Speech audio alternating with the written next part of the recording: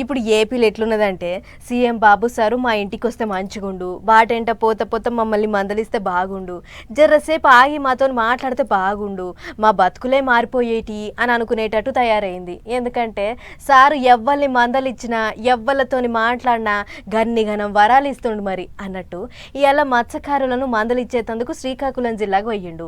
ఈగాడ ఎంతమందికి ఏమేం వరాలు ఇచ్చిండో చూసేద్దాం పారి.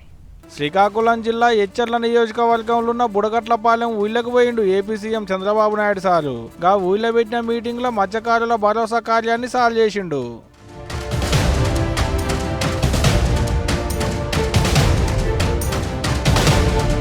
ఓట్ల ముంగట మత్స్యకారులకు ఇచ్చిన హామీలను గుర్తుపెట్టుకొని వచ్చి గిట్ల మత్స్యకారుల సేవలు అనేటి కార్యాన్ని సాల్వ్ చేసిండన్నట్టు సీఎం సారు. గా మీటింగ్కు వచ్చిన మత్స్యకారులకు చేపల వేటల నిషేధం కింద కుర్దు సీఎం సారే ఒక్కొక్కరికి 20,000 రూపాయల చెక్కులు ఇచ్చిండు.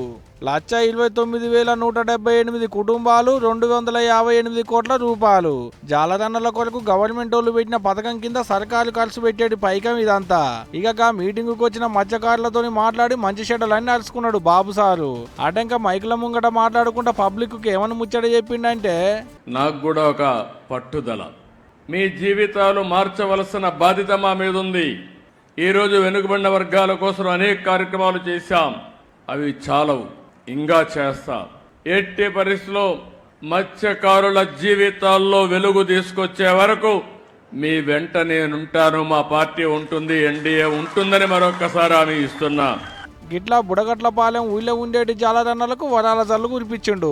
అందుకనే సీఎం సార్ మా ఊరికి వస్తే బాగుండు, మా ఇంటికి వస్తే బాగుండు, మాతోని జరసేపు మాట్లాడితే బాగుండు అనుకుంటున్నారు కావచ్చు ఏపీ పబ్లిక్. సీఎం సార్ ఎవరితో మాట్లాడితే వాళ్ళకు వరాలే మరి. కానీ ఏ మాట కా మాట ఓట్ల ముంగటిచ్చిన హామీలను యాది పెట్టుకొని వచ్చి అడగకుండానే అన్ని ఇస్తుండంటే గొప్ప ముచ్చటే కదా నుల్లా, ఏమంటారు?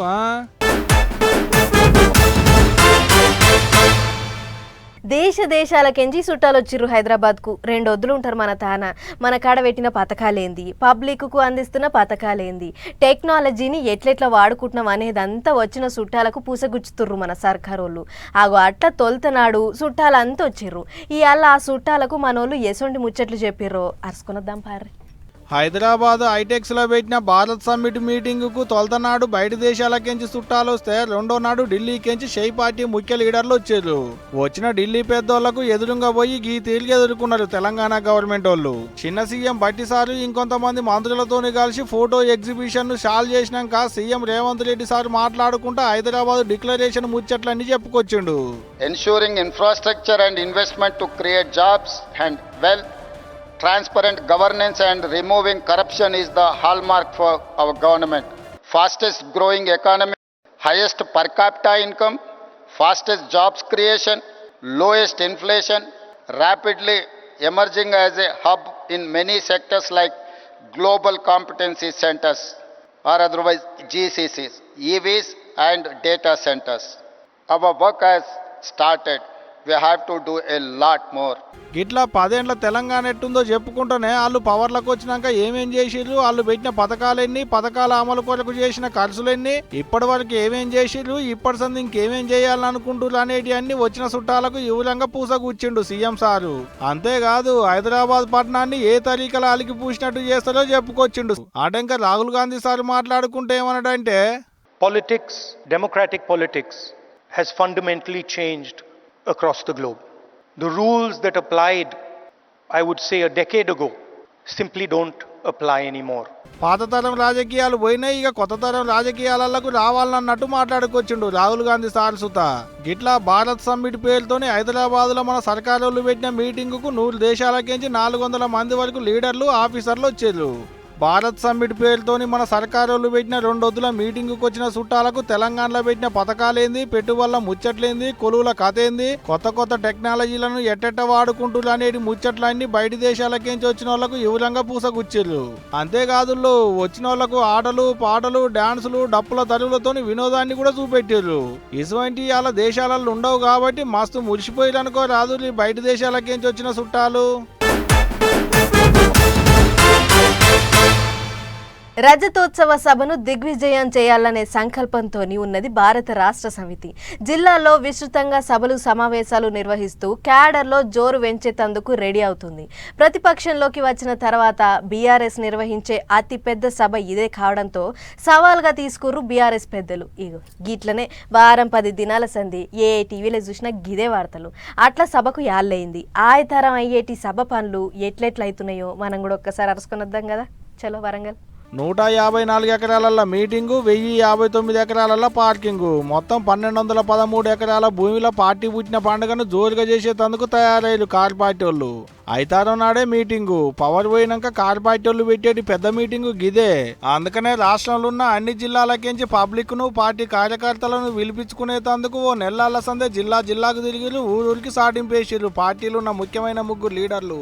అంతా మంచిగానే ఉన్నది కానీ గన్యెకరాల మీటింగ్ ఎందుకంటే 10 లక్షల మంది వస్తారట. మరి మన ఊళ్ళే దసరా ఉత్సవాలు జరుపుకుంటాం, సద్రు ఉత్సవాలు జరుపుకుంటాం, సంక్రాంతి ఉత్సవాలు జరుపుకుంటాం. ఈ విజయోత్సవ సభ కూడా 25 ఏళ్ళది, నెల రోజుల నుంచి ప్రతి విలేజ్ లో ఒక పండుగ వాతావరణం అవుతుంది. మేము 6 లక్షలను మొదలనుకున్నాం కానీ ఇప్పుడు 11 లక్షల దాకా పోతున్నది, 10 నుంచి 11 లక్షల దాకా పోతున్నది. ఐతారంతో కారు పార్టీ పుట్టి 25 ఏండ్లు. అందుకనే వరంగల్ శివార్లు ఉన్న ఎలకతుర్తిలో పెద్ద మీటింగ్ పెడుతున్నారు అన్నట్టు పార్టీ పుట్టిన పండుగను చేసేందుకు.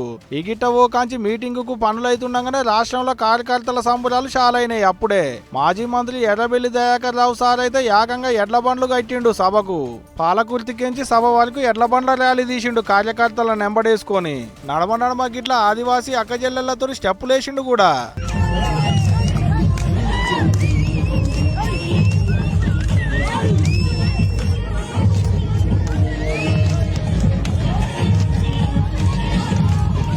అటు సభకు పబ్లిక్ ను తోలకపోయేందుకు 3000 ఆర్టీసీ బస్సులు మాట్లాడిలంటే చూడు లీగా పండగ జోలి ఏ తరీకలు ఉండబోతుందో.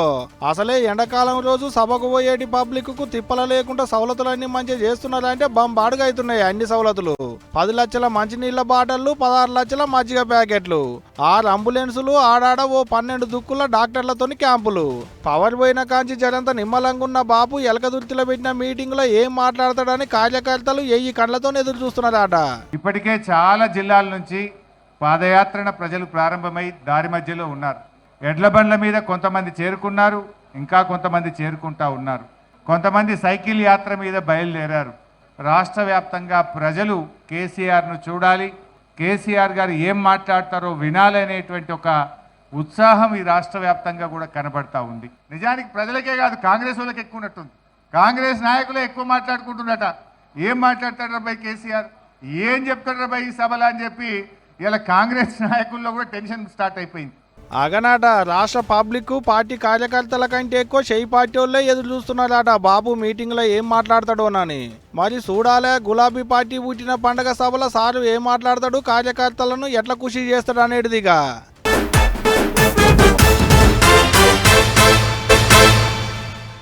ఊళ్ళో ఏదైనా అభివృద్ధి పని జరిగితే మొదలుగా పని చేసిన వాళ్ళను తారీఫ్ చేయాలి, అవసరమైతే ఓ షెల్లబట్ట గబ్బి మెచ్చుకోవాలి. కానీ గా సత్యసాయి జిల్లా పెనుకొండ జనాలు మాత్రం ఉల్టా తిటిసాపిస్తుర్రు. బుర్ర ఉండంగానే సరిపోదు, దాంట్లో ఇంత గుజ్జు కూడా ఉండాలి అని గరమవుతుర్రు. మరి చేసిన మంచి పనికి తారీఫ్ చేయాల్సింది పోయి గిట్ల తిట్ల పురాణం అందుకున్నారంటే గా పనులు ఏదో తిరకాసు ఉన్నట్లున్నది. మరి ఆలోచన చేయకుండా గదేందో చూద్దాం పారి. అది రోడ్ వేసే కాంట్రాక్టర్ పనితనం అంటే గిట్లు ఉండాలి. నీళ్లు పోసే బోరింగ్ ను కూడా బొంద పెట్టి రోడ్ వేసిండంటే అన్న పనితనాన్ని ఎంత మెచ్చుకున్నా తక్కువే. ఇక అసలు ముచ్చట ఏంటిదంటే అనంతపురం జిల్లాలో ఓ రోడ్ కాంట్రాక్టర్ చేసిన ఉద్దార్కం గిది. రోడ్ వేసే తోవల బోరింగ్ ఉంటే నాకేంది, బొగ్గుబాయి ఉంటే నాకేంది, నా పని సీదా రోడ్ వేసుకుంటా పోవుడే అని గంతలు కట్టిన గుర్రం లెక్క పని చేసుకుంటా పోయిండు. కానీ కట్ చేస్తే గిది కథ. పెనుకొండాల రైల్ స్టేషన్ కు పోయే తోవల గీ నడుమనే పడ్డదట గీ రోడ్డు. అయితే రోడ్ వేస్తున్న కాంట్రాక్టరు తోవల ఏమన్నా అడ్డం ఉన్నాయా, ఉంటే ఏమన్నా జరిపేటి ఉన్నాయా లేవా అని అంతా ఓ మలక తిరిగి చూసుకోవాలి. కానీ అట్లా కాకుండా రోడ్ వేసింది లెక్క మనకు బిల్లు వచ్చింది లెక్క అన్నట్లు ఆత్రపడి పని చేస్తే ఈ ఏగిలం మోపైంది. ఇది చూసిన జనాలు రోడ్డేషన్కి ఏమన్నా దమాకుందా అని గరం అవుతుర్రు. అసలే ఎండాకాలం నీళ్లకు మస్తు తిప్పలైతుంటది, మోటార్లు పనిచేయక నల్లాలు రాక మేమీడ మస్తు తిప్పలు పడుతున్నాం. నువ్వు వచ్చి పని చేస్తున్న బోరింగ్ ను బొంద పెట్టినావు, మేం నీళ్ళెట్లా పట్టుకోవాలివా అని కోపానికి వస్తుర్రు. ఇక బోరింగ్ కింద బిందె పెట్టే జాగలేదు, ట్యాంకర్లతోని నీళ్లు తెచ్చి పోస్తుర్రట అధికారులు. చూడుర్రి కాంట్రాక్టర్ల ఎగిరం ఎట్లున్నదో. గమొన్న బాపట్ల జిల్లా వేటపాలెం దిక్కు కూడా గిసొండి ముచ్చటే అయ్యింది. ఆమోదగిరిలా కారును పక్కకు తీయకుండా అట్లనే రోడ్డేసిపోయిండు కాంట్రాక్టర్. ఆడ కూడా ఇదే లొల్లి. మరి వీళ్ళిద్దరు ఒకే తర పని నేర్చుకుర్రో లేకుంటే రోడ్డేసుట్ల మా డెడికేషన్ చూడమని చెప్తురో తెలియదు గానీ మా దిక్కు రోడ్డేసే కాంట్రాక్టర్లు మంచి ఇగ్రవంతులే ఉన్నారు అని తెగ మెచ్చుకుంటుర్రు అక్కడి పబ్లిక్.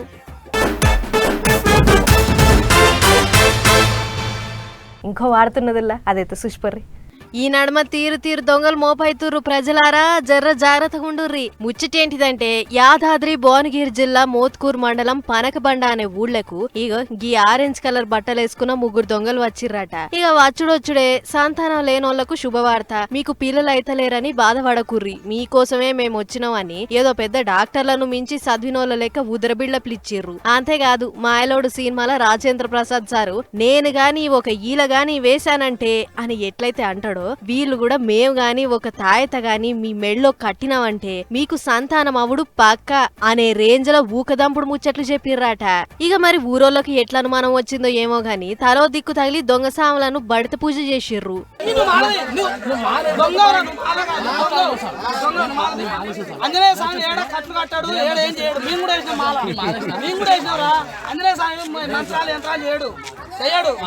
గిట్లా ఒకళ్ళని మించి ఒకళ్ళు అడిగేటాళ్లకు నేల తలకాయ వేసిండు దొంగసామి. దీంతోని కోపానికి వచ్చిన ఊరోళ్ళు మూతులు ముక్కులు పగలేటట్లు సరసుడు బేరం పెట్టిర్రు. మరి ఇంతకు ఏం తాయిత కడతనిచ్చిండో ఆయననే అడుగుదాము. చెప్పు సామి చెప్పు, లేకుంటే ఈగింత ఈప్ సాపైతది.